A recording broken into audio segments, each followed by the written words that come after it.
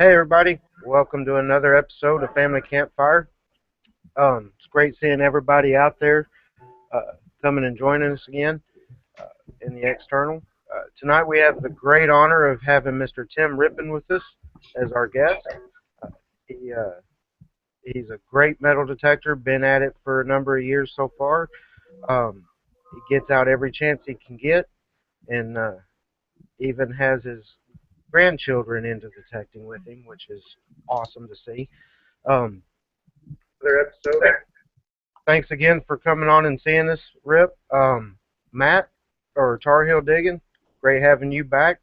Hope you enjoyed your week off from the chat, but it's time to have you back on again. Uh, Swansea, once again, thank you for coming on and being the moderator. If people out in the external start getting rambunctious or get out of line, he will boot you real quick and in a hurry. He learned from Sandy, so he learned from the best. And then Frank will be with us here shortly. He went to go have some dinner with his family first, so he'll be on here in just a little bit. But we'll start off tonight with Matt. I'll let you go ahead and ask some questions, and then we'll go down the line from there. All right, thanks you, Tom. I appreciate it, man. It's good to be back. I appreciate the week of vacation. That was very restful for me. So thank you, boss. I appreciate that.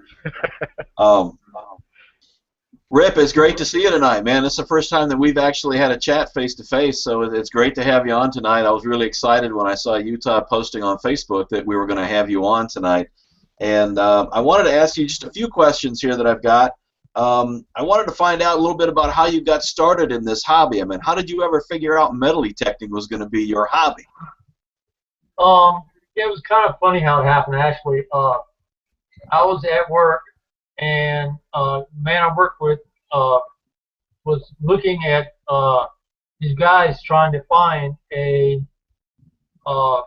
crashed Messerschmitt over in England, and they were out there walking around the field with swinging something in their hands, and I saw it, and he said, "Hey, look at this, these guys are trying to find this plane." Well, earlier that day I'd been to my doctor, and he said, "I need to give me some exercise." And I was looking at it. I said, "Well, what are they swinging?" Trying to find the airplane. He said, "Well, metal detectors." And I said, "Well, that's neat." And I sat there and looked at it, and then I went over to my computer station and brought it up on my computer and saw what they were doing. And of course, on the sidebar on YouTube, there was a whole bunch of other things of people metal detecting. And I was like, "Well, that looks neat." So I sat there and started watching some of them, and I got really interested in watching them. And then I got home that night, and I think I was up till 2 or 3 in the morning just watching one after another after another. And I called my doctor up the next day and said, "Hey, what about metal detecting? That'd be good exercise for my heart," and this, that, and the other. And he said, "Well, what do you got to do?" I said, "Well, you do a lot of walking, a lot of swinging with your arms, a lot of bending up and down to dig holes, and then some more walking, and then you do it all over again."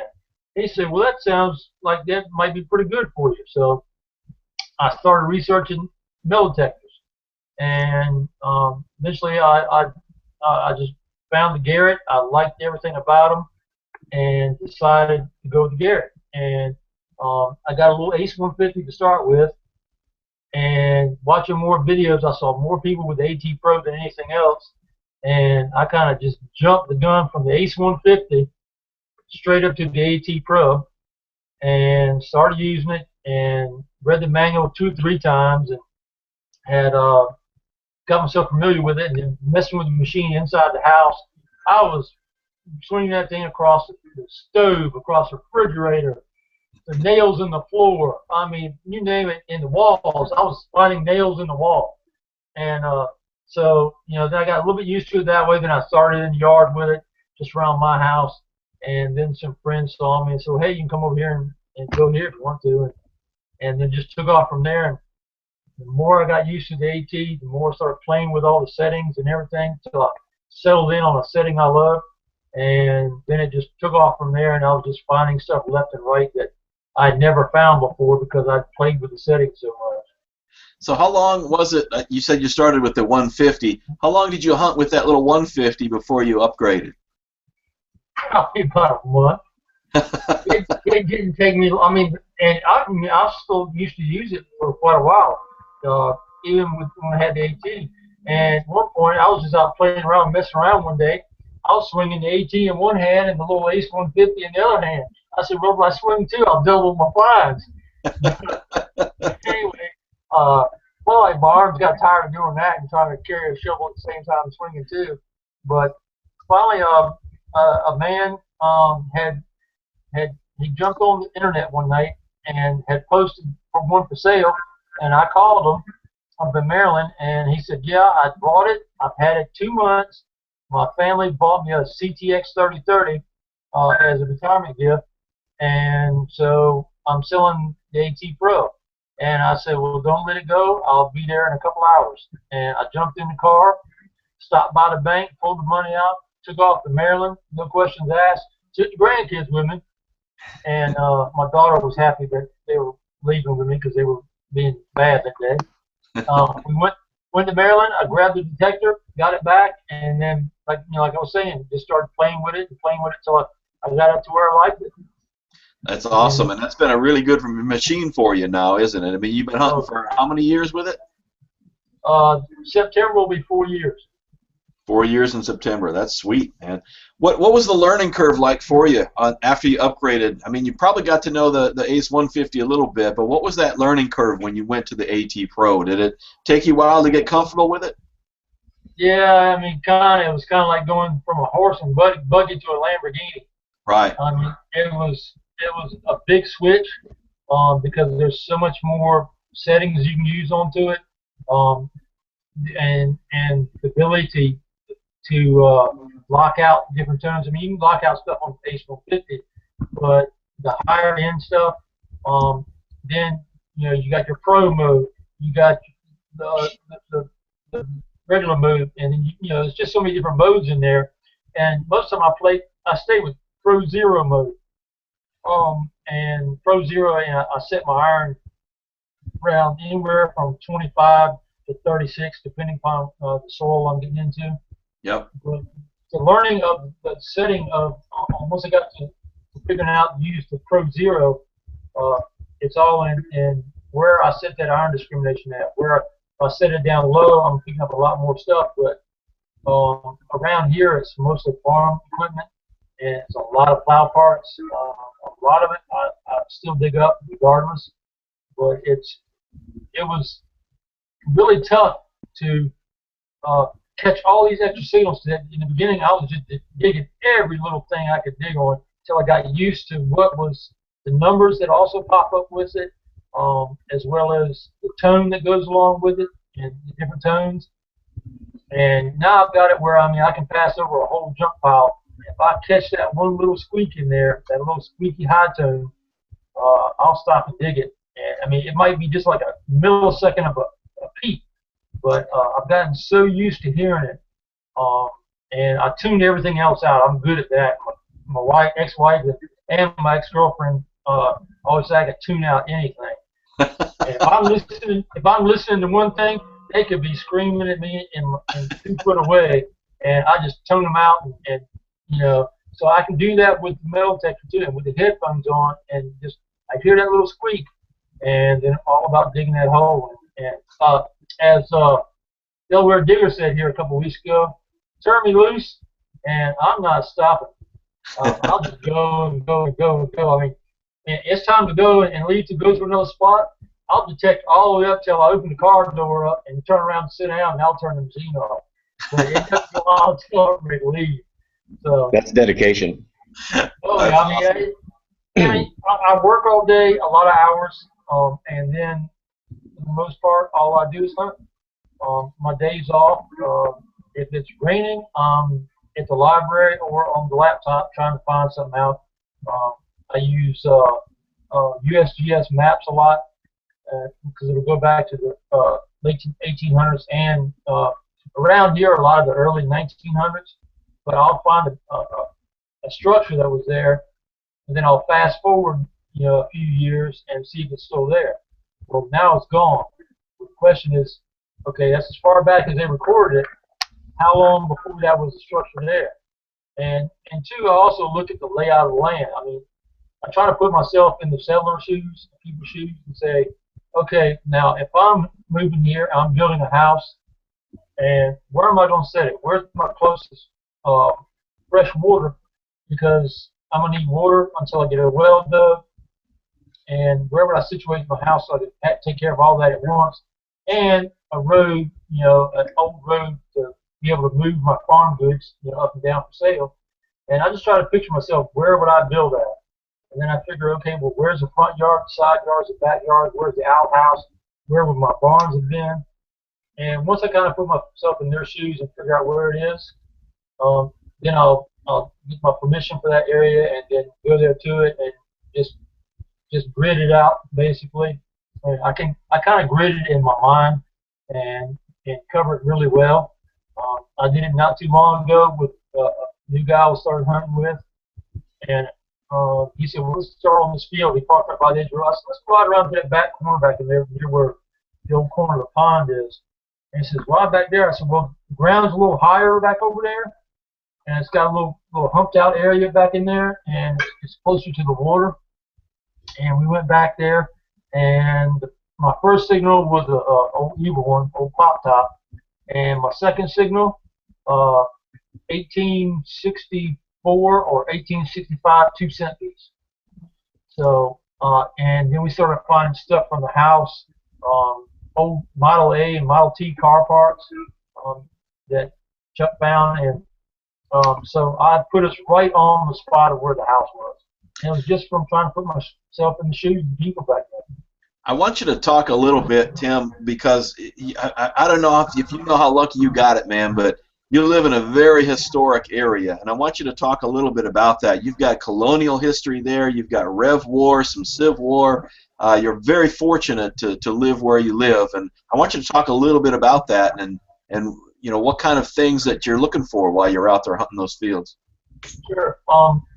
And when the Union troops came down originally, they came down into a town. They came down from the north. They stopped in what was called Newtown, Maryland, which that town is not even there anymore. It is now called Pocomoke, Maryland, which is just over the state line, from here about 40 miles north. The shore is only 60 miles long. It is 13 miles wide at its widest, and a quarter-mile wide at its smallest down at the tip. And it kind of goes in and out, it kind of just waves in and out all the way up the peninsula. But Northampton County, which is the county I live in, has this distinction of having the oldest court records in the country, which is housed in Eastville, our county seat. And they have the oldest records, so I'm able to find stuff and get in and look for where old places were. There was a telegraph office down here. I can go to the courthouse and look where permits were asked for. The piece of land was sold to Union Army to put a telegraph office in. Accomack County, they had a big, it was around 1,200 or 1,300 soldiers that came down with the Union when they came down. And, of course, everybody that was in the Confederacy, they all went south, and there were no fights during the Civil War here on the shore, because when they tried to block the troops coming down as much as they could up north around Oak Hall and up those areas up that way by burning bridges, trying to block the roadways with fallen trees and to slow them down. And everyone that was with the Confederacy, it gave them time to get down to different points and jump on boats and get away, because it would have been just basically a massacre because they had nowhere to go with the water to the back. The fields, a lot of old plantation houses were here. A lot of them are gone now. There's still a few left. Mostly I'm out in the fields looking for buttons. Buttons is my thing. I love my buttons. And I've got a pretty good collection. There's back here on the wall, back here behind me, I've got a big old collection of buttons up there. I'll pull down and show it to you. Just anything old having to do with Civil War, I've only found 3 general service buttons so far, but I have got a bunch of bullets. A lot of them I actually won off of Al Fu from Al's All Metal Detector page, and his little auction page now I actually got some. I've only found 3 myself that actually go up here. Musket balls like crazy. Now during the Revolutionary War, when that was here, there were a lot of um, people that had, it was just a militia that got together, and there were a couple of skirmishes here on the shore where they came in and had a little fight against the troops, British Marines, as a matter of fact.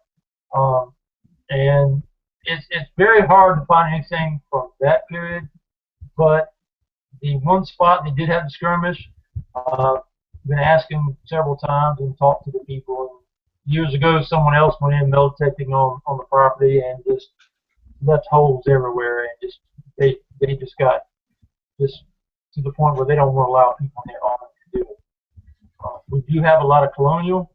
One of my farms, where I found one large cent, and one of my general service buttons was a piece of land granted by the king to the family, and it's still in the same family. And I'm the only person that hunts it. So I've brought my friends over. They've hunted Western VA. Those guys have hunted it with me. My buddy Chuck, he's hunted it with me. But so far, I've found all the best stuff on there. They haven't really done too well. So when you're searching for places to detect, I mean, what do you look for? What kind of research do you do? A lot of it is one website I go to, the USGS map, survey maps. I find old structure, and then where it's not there. And then, 2, I've read a lot of the letters. There was a book put out from Accomack to St. Petersburg, made by a local historian. And I read that, and it mentioned a lot of soldiers that were in it. And then I was able to go to the library and find some letters that were in a book that were written from the soldiers, written to their families, and had been put into books and published. And I looked for little key words about where we were down by this creek, or we were camped out and waiting for such and such to show up. We were there for 8 to 10 days. And I'm figuring they're going to be there in that spot that long, they're going to lose something. And right. So I'll figure out from those letters from the soldiers back to their families, by them just mentioning they were next to a certain creek name or a certain area, and then I'll research that area and find out who owns it now, who owned it back then. A lot of times they'll mention we were on so-and-so's plantation, set up in the north corner or whatever, and then I have to take that name and go into the deeds office and the records office for the county, and I will search that name forward from who they owned it then, who they sold it to the next person it was sold to, then to the next person, until I finally get it all the way to present day. And because the shore is so small, 9 out of 10 times I know the people, I know the owners, right. And I'll go to them and ask, and pretty much most of the time I get permission to get on that. That's awesome. I haven't been turned down too many times, and this too is probably because I was born and raised here. Everybody knows me, and they know my family, and I know their family. Farmers, there's a few of them that I'll just show up in a field after they plow it, and they'll be riding past, and they see me out there, and they stop and say, "What are you doing?" I said, "I'm digging in your field. What's it look like?" And they'll say, "Well, what are you looking for?" And I'll tell them what I'm hunting for. "Oh, well, stop by the house later and show me what you found." You know, it's not so much having to get permission from them or written permission. It's just everybody knows everybody. It's kind of easy here. Like, it's easier here than it is for a lot of people, just because everybody knows everybody. That's awesome. That's awesome. That gives you a big advantage, man. Hey, I want to change gears just a little bit, and I want to give you an opportunity to plug your YouTube channel, man. You've got a YouTube channel out there with a bunch of videos, and tell me a little bit about your YouTube channel and how you got into posting videos. I was watching everybody else do the videos, and I started out with, there's a second page I have also on YouTube that I've switched away from. It's just Tim B. Rippon. There's some videos on there, but it was mostly for me in yards and finding coins and some old stuff, but nothing really old, like I was really wanting to try to find. And then I kept watching all the videos of all the people. Uh, Here we go with it. Swansea Searcher, uh, Tar Heel Digging, uh, then my buddy Shannon, Palmetto Digger, and Wesson VA, and all these catchy names everybody was having for their channels. And I was like, well, I got to come up with something. And I was on my way to go dig somewhere one day, and I hadn't had my camera with me that day. And I was getting gas or sodas or something, and he stopped me and says, "Hey, Rip, what's up?" And I said, "Not much, going out doing a little relic hunting." And he said, he was talking about it, and then he said, "All right, Rip, we'll see you later." And I don't know why I stuck him, and that's the first 3 letters of my last name. So I just said, "Well, wait a minute, Rip's Relics." It's kind of catchy, so I just decided to start a second page, a newer one, and dedicate it to nothing but metal detecting. The other one, I've got some videos of my grandkids' birthday parties and some ring finds I did, and a few other things on there but they weren't strictly metal detecting. So I still put stuff on there every now and then from parties and whatnot, but Rich Relics was going to be strictly 100% metal detecting, and I pretty much kept it that way so far. A lot of my videos are in my fields, and I've recently done a good video editor, and I can add a little more stuff in, put some details in there about what it is, little odd, names and stuff all fading away, and stuff like that, getting a little fancy with it. But, I just wanted something strictly for the metal detector, and recently I hit 200 subscribers, and I said, wow, if I can get that, I don't have as many as some of you other guys, not yet. But I figured when I hit every 200, I'm gonna do something. Just people just for even watching my videos. That just thrills me when I get a like or a new subscriber. It's like, all right, here comes another one. But and then I'll subscribe to them too. I'll check if they got videos, and I'll watch them. And I'm a night owl. I stay up late at night a lot of times, and I will watch videos till 1, 2 o'clock in the morning and still get up at 6 to go to work. But I just wanted something strictly metal detecting, and I enjoy the people watching it, and I hope everybody likes the videos. And so every 200, I'm going to be giving something away. And Palmetto Digger, just on my first one, which I gave away the Garrett Pro Pointer AT. That was supplied by my buddy Chad. And so I gave that away. At the next one, I'll probably do some hats, bags, a few other things, and have at 500, I think I'm going to do a detector. And then I'm really thinking if I ever get to 1,000, somebody's going to get an AT Pro. That's awesome. That's what I really want to do, just to keep my channel growing, keep everybody watching. I think you do a great job with the videos, Tim, and I think what you're finding up there and preserving is pretty amazing. And I know you get out with your grandkids from time to time, and one of my favorite videos, absolutely my favorite video that you did, is when your grandson found a very special button when he was hunting with the big guys out there. And I want you to tell us a little bit about that one. This is a War of 1812 naval button.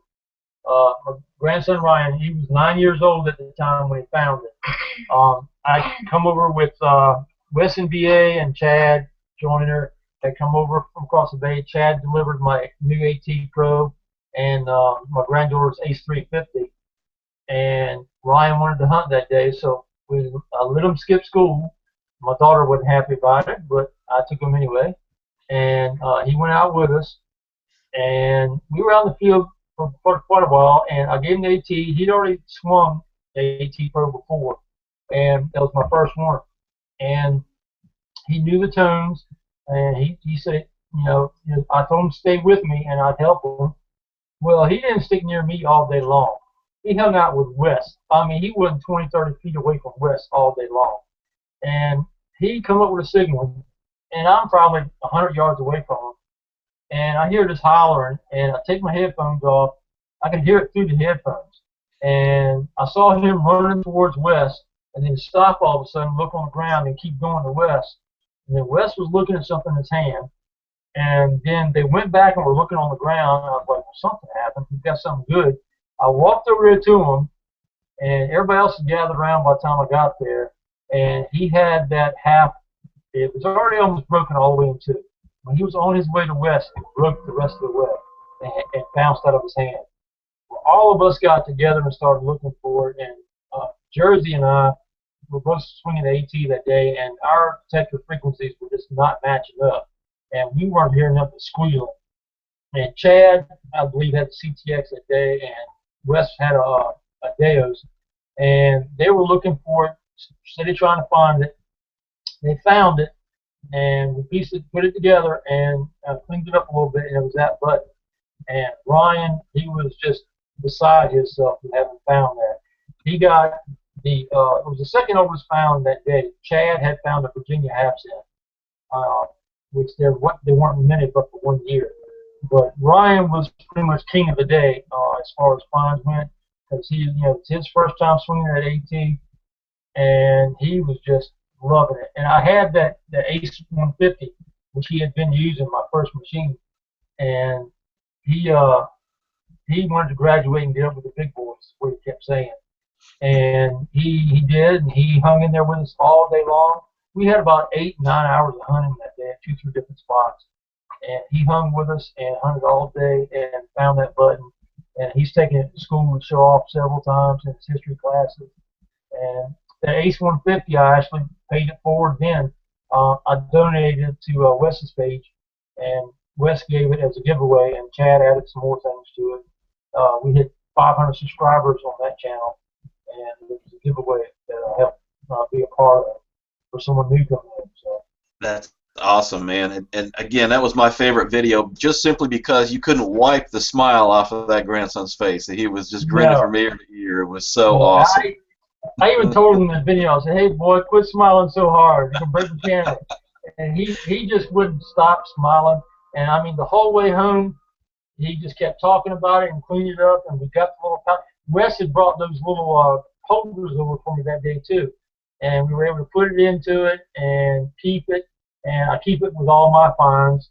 And he gets it out whenever he wants. He goes through my stuff and looks at it. So does my granddaughter. But they're really enjoying it. My granddaughter, tomboy's through and through, but she's a girly girl too. But I think she likes digging more than he does. But he's involved in his baseball and stuff right now, so he's got other things on his mind. That's understandable. The boy's 10 years old, but I'm sure that's a moment he'll never forget. He'll take that with him forever. No, and anytime if he sees me online talking to Wes and them, he wants to know if he can skip school again and go hunt. So far, we haven't been able to get our schedules right where we can all do it at the same time. All right, Utah. I'm going to fold on my opportunities here. People have listened to me long enough. I think we need to get some other folks in. I see Frank's in the house. We got Josh in the house. Got a lot of folks that want to talk to Mr. Rippon. So let's. I'll turn it over back to you, Utah. If you got any questions from the chat room. Yeah. Everybody in the external, if you have any questions for Rip, go ahead and put them out there. We'll get them asked. We haven't gotten any questions for him out from there yet, but I do want to take a minute and say hi to everybody out there. I see Miss Sandy's Passions just showed up. Hello, Sandy. It's always great to see you out there. Can't wait to get you back as moderator, even though Brandon is doing a great job helping out. Mr. Crabinet's out there. Danny, it's always a pleasure having you with us. I'm a Redneck Cockerham. Hey, Tommy. Todd Mitch is out there. Some guy named Tar Heel Diggin. I don't know who that guy is. But, nah, let me see. Who else we got? Hey, Tim. You got a person in the chat that wants you to type in chat so they can sub your channel. All right. What it was?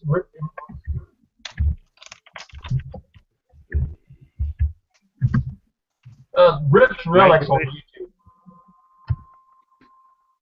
Right, but if you type it in, he can just click on your name and sub it right from there. Yeah.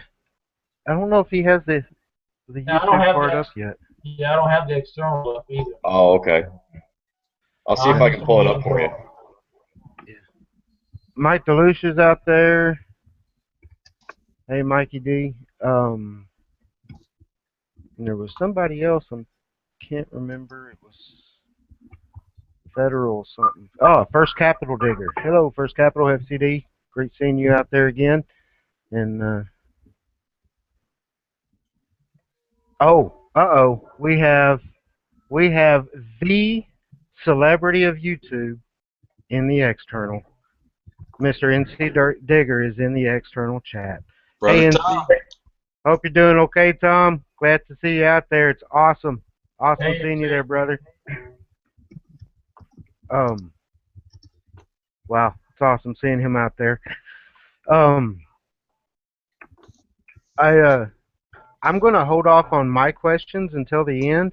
I'm going to go ahead and pass it over to Frank. Are you ready to ask a few questions? Yeah, I can ask a few questions. Okay. Of course. You know me, I'm long-winded. I can ask questions all night long. Yeah, I'll pass over to you, and then we'll. I'll ask him what kind of car he drives, if that's what you want. Then 9400 cord. then we'll let Brandon go after you, then Frank. All right. Hey, real quick, we always do some kind of little giveaway. You know, we try to. I picked this up at the post office today, sending someone something, and I thought it was really cool. So I figure later on we'll give it away. It looks like a 45 sleeve of Elvis. Oh. And it has forever stamps of Elvis in the back. Oh, that is cool. It's really cool. So later on in the chat, you know, we'll figure that one out. And you know how we usually do it, Utah. We'll give this away tonight. Okay? Sounds like a plan. All righty. Hey, Tim, I'll tell you what. I have to apologize, sir. I just got introduced to you. There's so many people that mail detect. And I apologize for being a little late this evening. You know why. But you know what I really love people that just have a real passion for finding relics and just going after relics, and you know everything else just doesn't matter. It's what history I can recover, and it's kind of funny when you're doing that. Good finds just seem to come along your way. It's some kind of like karma thing, I think. You know, it's just all of a sudden you know, you're not expecting something like a gold ring or a huge silver coin, and then all of a sudden, boom, there it is, and it's just a bonus. You know. Yeah, it is. And I'm sure you know what I'm talking about. Oh, yeah. I know you've been doing this for 4 years, and you're using the AT Pro. Yeah. Do you still, at this point, do you know that machine so inside and out that you can tell this, that, whatever? Are you still learning it? Are there tricks that you have that maybe may help someone who uses an AT Pro? Yeah, it surprises me from time to time with something.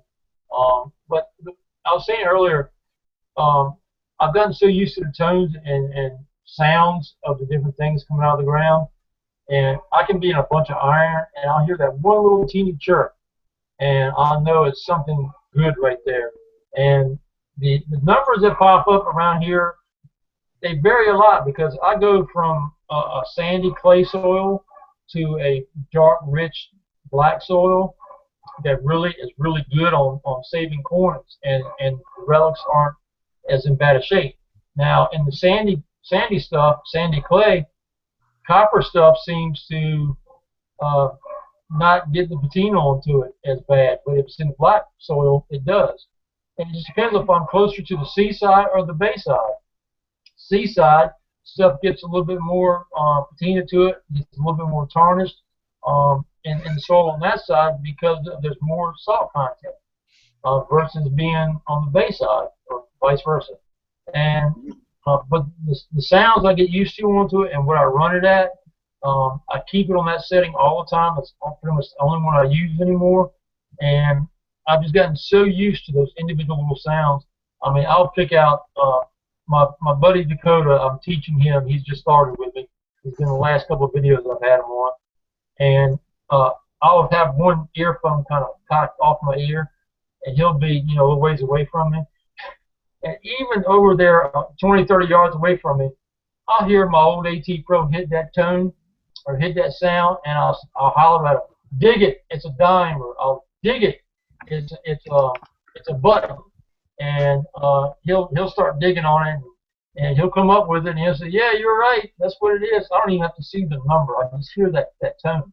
I've gotten so used to it, and so it's for me, it's listening to the tone. I pay attention to the number somewhat, but it's that tone, and believe it or not, even the high pitched tones for silver, there's different tones even that has, and between the dime ringing in around 80, 81, and a silver quarter will ring in still at 86 or 87, but every now and then it has an extra little tweak to it where I know it's not a modern corner, it's a silver.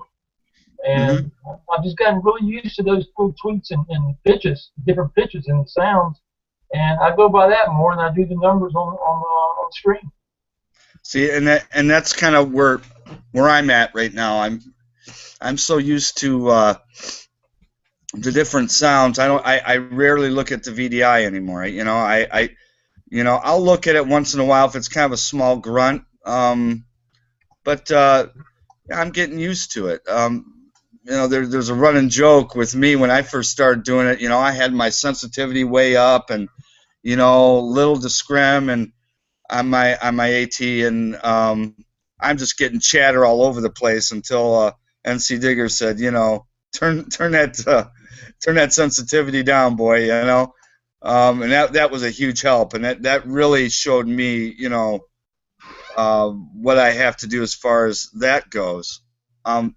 I guess for you, knowing what you know now, when you go into these different soils, sandy, black dirt, clayish, do you fool with those settings? No, I really don't. I keep it, the sensitivity every now and then. If I'm really close to the shoreline, I'll drop it down a little further. But for the most part, I keep it one off from the top. I'm all the way up except the last notch, and it seems to do me very well. And I ground balance pretty often. If I go from one field and then maybe across a small road, or I get closer to a pond or something where they dug the pond out for irrigation, and over time a lot of that salt sand mix kind of gets blown across the field. So I'll get a little bit different sound to it, and I'll re-ground balance. But for the most part, I stay on Pro Zero with the iron. I'll have it set up to anywhere between 25 and 36, depending upon. Most times it's actually above 30. I mean, very seldom I go down to 25. But 35, 36 works really, really well for me here, and and I keep the sensitivity all the way up except for the last notch, and it does me good. And I mean, I come up with this I got when I was with Delaware Digger. I mean, it's all this part was up into the post, and the horse reins got tied here. Right. And that was the same way, and of course, I mean, a range guide here. That came up really well. Then, I've got, like colonial buckles. That's some colonial buckle. That one right there. I was using the same settings, and there's a piece of a large buckle in there too. And so you're discriminating all the way up to like almost 30, 32? Yes, and for me here, it works well. I've tried, a few times to go down all the way, and every now and then after I find something, I'll take it and drop it back down in the hole, and see how it, and cover it back up, and then scan it again to see how it comes up with different settings. But it doesn't come up as well for me, and so I just put it right back to where it is. I get that little squeak, and right where I wanted it at, and then I just take it back out the hole, of course. But it just seems like it works so much better for me here. And I mean, because you go down 6, 7, 8 inches, you're getting clamshells and oyster shells. Because I mean, we're pretty low here. We're probably 10, 12 foot above sea level. If it wasn't for the barrier islands out here, we'd get washed away. Right. So, and I mean, it has served me well on a lot of stuff. Like all these right here are all old buttons that I found with discriminating staying at the same thing. I mean, Okay. it all comes from the same way. And I've got a whole another little tray here full of all kinds of silver coins and buckles. Then I mean, I've got all the old coins and my Spanish silver, the Marvadillas, even an old British military button that I got. That's nice. So just from when they were here and running around exploring. This one I'm not sure how well it's going to come through, but that is still in the pouch. That is a pirate piece of 8. That's a cob. That was found out here. I found cut silver, Spanish silver. That, and again, it's the same settings. I keep it the same all the time, and it just does me very well just keeping that one setting. So you get used to something and you're doing so well with it, you kind of don't want to get away from it. And right. I try not to. That's right. That's my cut Spanish. That's Spanish silver. You see the little nice. fleur de lis there at the top. And this one I found the minting on it was from 1635 to 1773, and that was found in one of my Accomack fields. And then also had the Marvadillas, which was found probably 100 yards away from where this was. It's but like I say, I pretty much stay with the same settings on that AT, and I mean it has just done me so much justice. I can't see moving on from those settings. Right. Now, did you feel it's just better to do that because of the halo effect? Because I've hit larger pieces of iron, cast iron, horseshoes, things like that, and the halo effect from them, I'll get a reading of 85, real high, thinking I got something just awesome, and I'll dig up an old horseshoe or something. Do you find that's it just gets away from the nails and all that when you go high on your discrim? Yeah, and most of the time if I get like an 85, 84, 85 here, I pretty much know I'm getting ready to dig up a piece of a plow. Old plow head. Whereas if it jumps at one more little notch to an 86, I'm pulling a quarter out. Okay. If it hits at 87, it's sometimes right then it gets a little bit questionable. It's either going to be a quarter or a piece of plow. If a tweak back and forth between 87 and 88, get that little extra higher pitch to it, I'm pulling silver. Okay. A silver quarter. Okay. The buttons around here, I really love. When I see that 53 pop up, that 53, 54 pop up on there, I'm going to pull a button out. And I get extra excited for that one because that's my thing. But and every now and then, I'll actually dig something in the 40s. If I'm in really dark soil, really dark soil, like up in the woods, where it's just a lot of rot and decay from over the years, it seems like 42, 43 will bring up pennies of all things, which usually ring 70s. They'll bring up pennies, and I've also pulled buttons up in 42. Matter of fact, Ryan, that War of 1812 button, it was a 47 that day. he was up near the railroad tracks, and there's a lot of old coal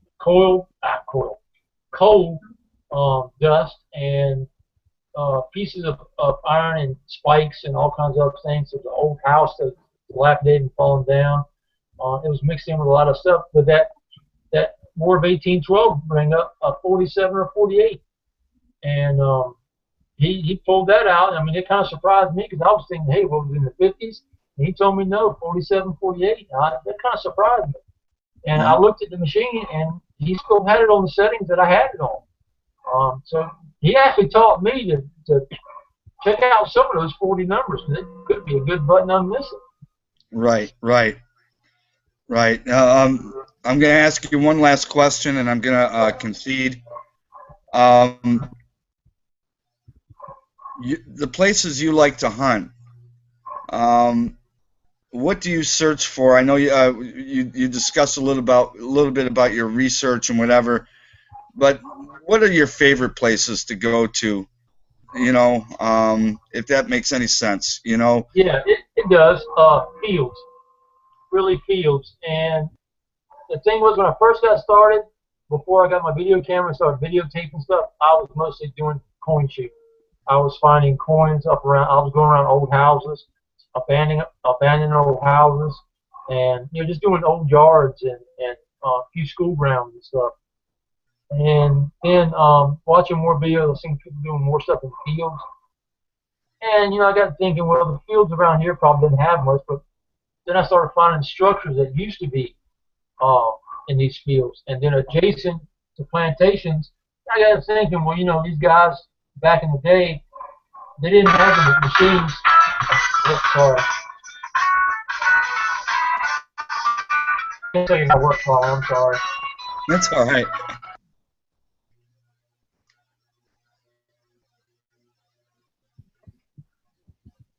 Utah, after this question, I'm going to concede back to you, and you can direct the questions from some other person on the panel. Yeah, I'll probably jump over to Josh and let him ask a couple, and Okay. what he can before he has to leave to go to work, and then we'll go. Yeah. Okay. Well, that was work calling. As some of you guys know, we had in my store, we lost power at night. They're having problems big time, and they just called. I got to go and work. I hate leaving you guys, but I'm manager right now because my other one's out on medical, so I'm kind of stuck on this. Well, Tim, it's the way it is, Work calls. Yeah. But to finish the question, I just get in there and those fields, and I just really look for old structure into it. I figure out where the plantation house might have been at one time, or the main house was. Figure out how it was situated, where possibly the barns and sheds were, and then try to figure out where the fields were originally. And knowing, being around farming all my life, and knowing how you have to set up farms and get stuff in and out, knowing the spots where this old picker or a person can go so far before they have to stop and do all the loading and stuff of the wagons and stuff. And, all right, this looked like a good spot for loading because it's high ground, it's out of area of water. They could put stuff there, store it so they can load it, ship it out. And I put myself in that position and kind of go towards those areas. But I'll try to search the whole entire field from where our old site was, and try not to miss anything. If it's a really huge spot, I'll bring in my buddies, Wes, NBA, and those guys. And anybody else that ever wants to hunt, I can always find a space in the fields in the wintertime to bring people in and hunt with. And I enjoy hunting with others more than by myself. I go out as much as I can by myself all the time just so I can go digging. But I enjoy hunting with other people and seeing what they find and letting them see what I find. I just, if I'm not at work, I'm digging somewhere or editing a video to put on YouTube or Facebook or somewhere, or I'm in a Facebook chat. I don't even go to my homepage no more. I come in, I click right over to 3 or 4 different channels and see what everybody's doing, bring all the streams up, pass back and forth between all of them, trying to see what's going on. So, Well, Tim, I've got one quick question before you head out of here. sure. When are you coming up to New Hampshire or Massachusetts to dig with me in some of my farm fields? Hey, as soon I'd love to get up there and hunt some of them cell holes up that way. Actually, I'm planning on taking some time off since I've been working 6 days a week, a lot of hours, 60, 70 hours a week or more. And they told me they're going to take care of me. They're going to give me some time off, and it won't come off my vacation time. My sister lives in Massachusetts in Westport, and I'm already planning on coming up that way. And she's got a lot of friends and doctors and lawyers and stuff. Her husband's a lawyer, but they know a lot of people up there and some big farm properties. I've got 400 acres in Northfield, Massachusetts, I As soon as detect. I get clear to come up, I'll come. Hey, Chuck, I'll go. I actually left work one night at 9 o'clock after working 12 hours at the store that day. I left from the store at 9 o'clock, a little bit after 9, drove to Lexington, South Carolina, spent the night, stayed up pretty much all day when I got there that morning, and that night went to sleep late, about 1 o'clock in the morning. So I was going on 48 hours up. Went down to Charleston for Food Fest from Al's Milk Taking page, and hunted Food Fest all day. Came home, took a shower. Not came home, but went back to Lexington. Took a shower, jumped in the car, drove all the way back to Virginia. Walked into work with 2 minutes to spare on the 4th of July. Worked all night. The next day, I worked, slept a little bit, jumped in the car, drove to Delaware, and hunted with Delaware Digger, and then was just hunting. I'll jump in the car and drive as fast as I can to get somewhere to go do a dig. So, but I know it. I don't care where it is or who it is, but I just want to dig and find stuff. Well, Tim, that's why you have so much gray in the beard for only being 28 years old. 51, bud. All right, guys. I hate to cut and run, but I got to get to the store. Hey, thanks for coming on, man. It's an honor having you here. I'd love to have you back sometime and do this again. All right, you're welcome. I'm sorry for this, but I got to run. Hey, and that's fine. I'll probably talk to some of you guys later, and let me know what else went on. Thanks, All right. Rip. Take care, buddy. All right, see you guys. Take care. Have a good one. You too. Well, kind of like last week when our guest ended up having to leave for work, I think it's time to start interviewing Brandon some more. There you go. Here it comes again. Yeah, I heard you should have signed off about the same time I did. Yeah, this happened last week too. I feel like I'm on the spot again. No, I think it's been a show so far. I know I'd like to have gotten up to 20 viewers out there so that we could have forced Tom into having that giveaway that he was talking about. But it doesn't look like we're going to make it. We were at 13 once. Now we're back down to 12. So I think we'll go ahead and cut the live portion and call that a show, and then we'll get into the after chat and carry on there for a little bit. And so thanks everybody for coming out and watching. Thanks for joining us. Next week we'll have another guest on, and hopefully they'll be able to be around for the full time. There is going to be a special campfire coming up soon. Maybe not this weekend, of course, because it's right around the corner, but maybe next weekend. On one of the weekend days, I'll be sending out updates about that.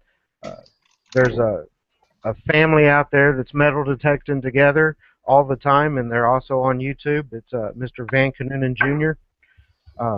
I can't remember his YouTube channel name off the top of my head, but he detects with his entire family, his nieces and nephews, brothers. I mean, just everybody in the family detects, and they're looking forward to getting on. But unfortunately, he's working every day, every evening, during the week. So it's going to be a special episode to have him on the weekend. So I'm looking forward to that. And so keep your eyes on Facebook on all the different groups where I post all the updates, and we'll get into that. Uh-oh. Utah? Tom, I know. I just saw Tom said to hang on. I'm holding, Tom. Hanging as tight as I Utah, if you want, I can hold off on this Elvis stuff, and we can do that another show. We don't have to do it tonight. Oh. Thank you for mentioning that. I had forgotten. Hold on. Let me see what... Apparently, Tom said, hang on. He might be wanting to do a giveaway anyway. If that's the case, we'll do that before we sign off. Okay. We'll wait on him, Sandy. That's no big deal. Well, in the meantime, Frank, what do you run your AT Pro at? Mine, I usually have discrimination about 25. I have the sensitivity 3 bars down from the top. I run it in Pro mode. Pro Zero? Pro Zero, yeah. And I just walk nice and slow, you know. Do you discriminate out any other targets?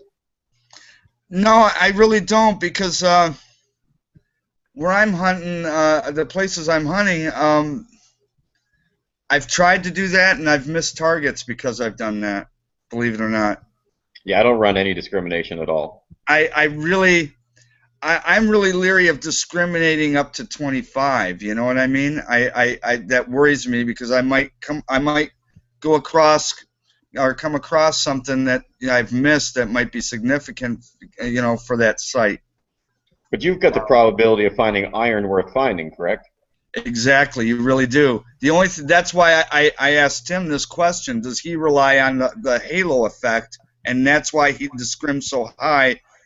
Because, you know, when you discrim low, you're gonna dig up nails, you're gonna dig up, you know, pop metal, you're gonna dig up all this goofy stuff. You're just gonna do it, because you're hitting every signal, you know. And you have to kind of rely on the VDI when you do that. When you discrim some of that out, you eliminate some of those little square nails and, you know, goofy pieces of metal that you really don't want to detect. And I find usually from 25 up are usually pretty good signals. So that's how I run mine, and I've been pretty successful with it. I'd like to try what Tim does, just to see the difference it would make, but I'm afraid, you know, just by experience here in Michigan, maybe the soils are different. I don't know. But if I get into a big piece of cast iron, it'll show up at, like, I'm not kidding you, 94.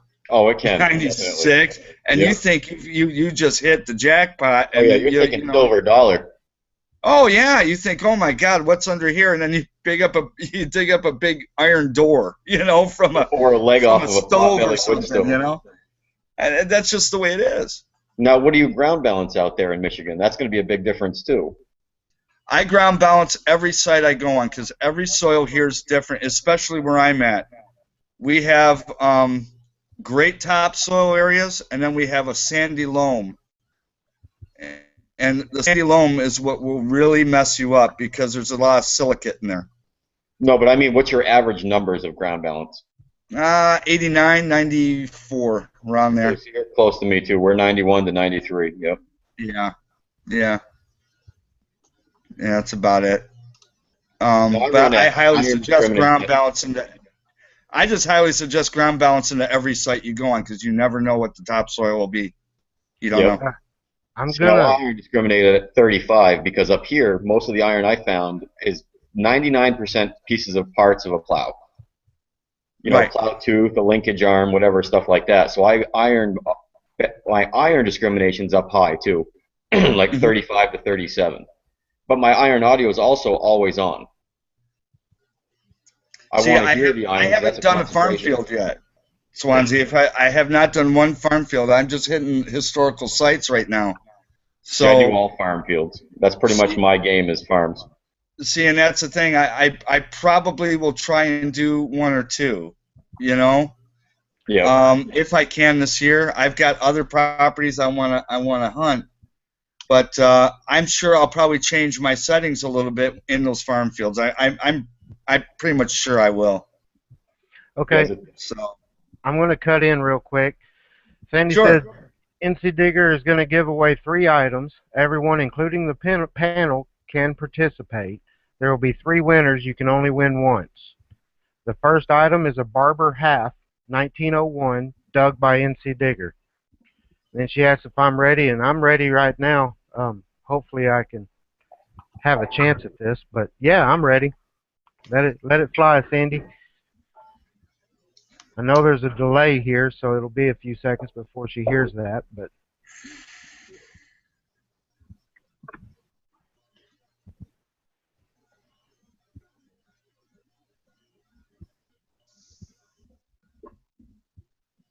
1901 Barber Half. Wow. Never dug a half.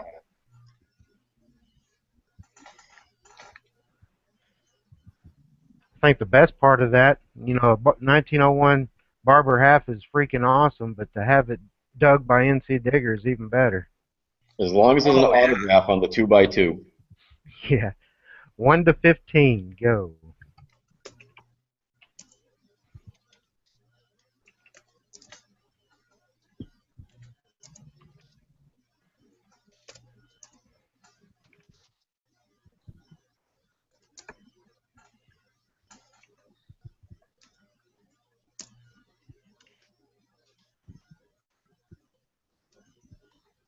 Winner Russell Frank. Nice. Russell Frank, way to go, Russell. Congrats, sir.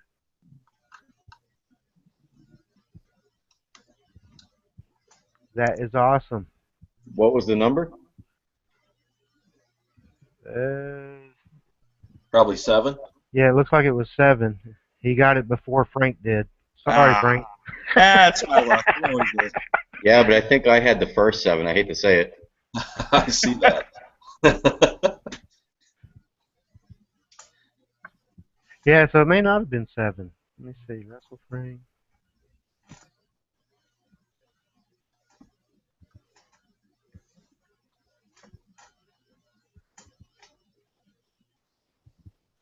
She may not have seen that, Swansea. That's all right. Yeah, I It's think not a he big should deal be to me. disqualified for having a name Frank. That's too confusing. That's too confusing.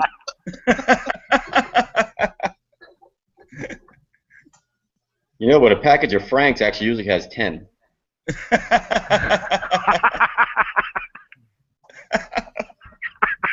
Nice. Oh, gosh. Yeah, it was 7. The second item is a Colonial Dandy button. Shank is missing, but you can see where it was. Also dug by NC Digger. Ooh. 1 to 15 again.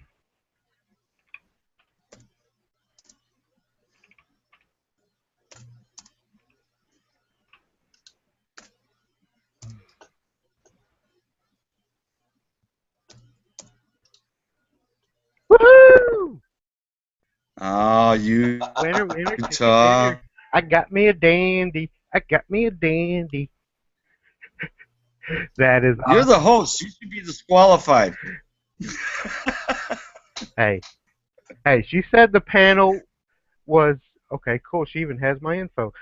I wonder why. She said that the panel was able to win. I'm just messing with you. Hey, down here in Texas, we don't get many dandy buttons. I gotta get one somehow.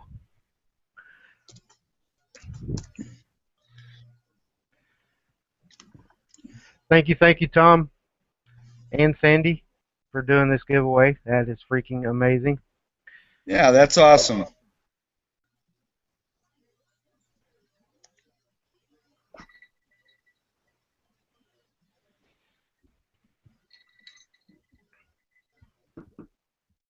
And yeah, Frank will have your Elvis stamp giveaway next show if you're available?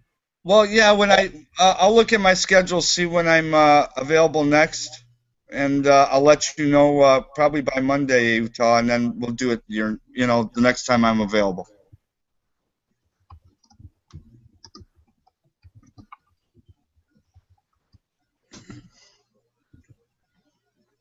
Russell, it's no big deal, buddy. Let Frank send it. Let NC Digger send it to you. You're awesome, Swansea. Anytime a number is drawn, I don't care if it's the 3,000. I always pick 7. So I'll have to remember that. never pick the number 7 for a giveaway there, Utah. Yeah. A 1939 large cent, a fat penny. That is cool. A 1939 fatty. I was gonna say it's either European or Canadian. Yeah, it's European.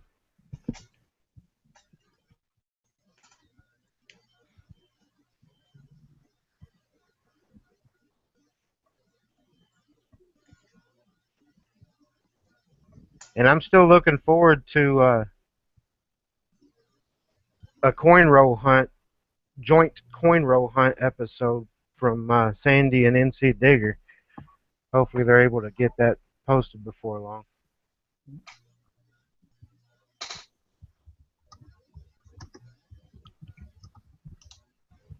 I know they said they were going to try to do one. That would be awesome to see. I've never actually tried coin roll hunting myself. It's something to do to pass time when you're not able to go out detecting. That you can get a few cool coins and gives you something to do that's cheap and. Utah, we call that shoveling. Yeah. Yeah. Well, here in the summertime you can't go shoveling, so. Well, we have snow 11 months out of the year, so we can pretty much shovel anytime you want to. Yeah, here I'll need. I need a jackhammer to go digging during the summer in most places here, so the ground is so hard it's almost like concrete. Yeah, thank God that's one condition we don't deal with up here in New Hampshire. Yeah, it's no fun. I mean, when it takes you 15 minutes to dig 1 6-inch hole, it's See, I won't do that. I tried it, and you know what? You have too much. There's too much at stake there. You have a great signal, and you're trying to go through that hard stuff. You're going to destroy your find. You will. I mean, you can't even bury the hole because it's all frozen.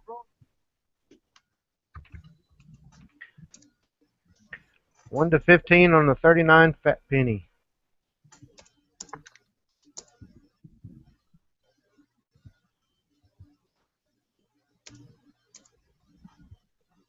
Good number there, Frank. I think I beat you to it just a little bit, though. Whatever, Mr. Man. Hey, I'm a redneck copperhound. He won it. All right, Tommy. That is awesome. Way to go, Tommy.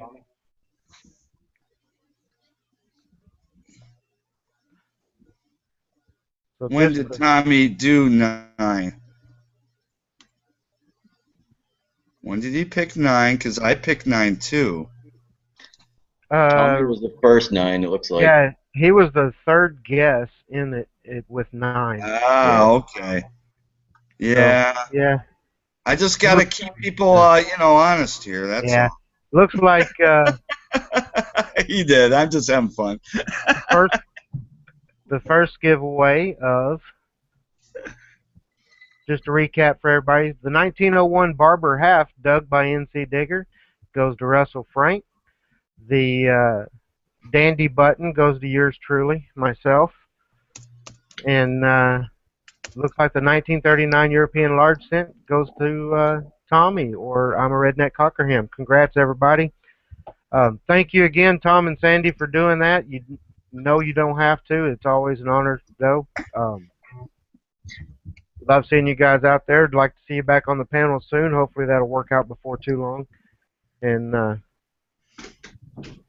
Anyway, with everybody, I'm going to go ahead and call this the live portion as being done. It's already been over an hour, so we'll cut to the after chat and see you guys next week. Everybody, until then, swing low, swing slow, and dig deep.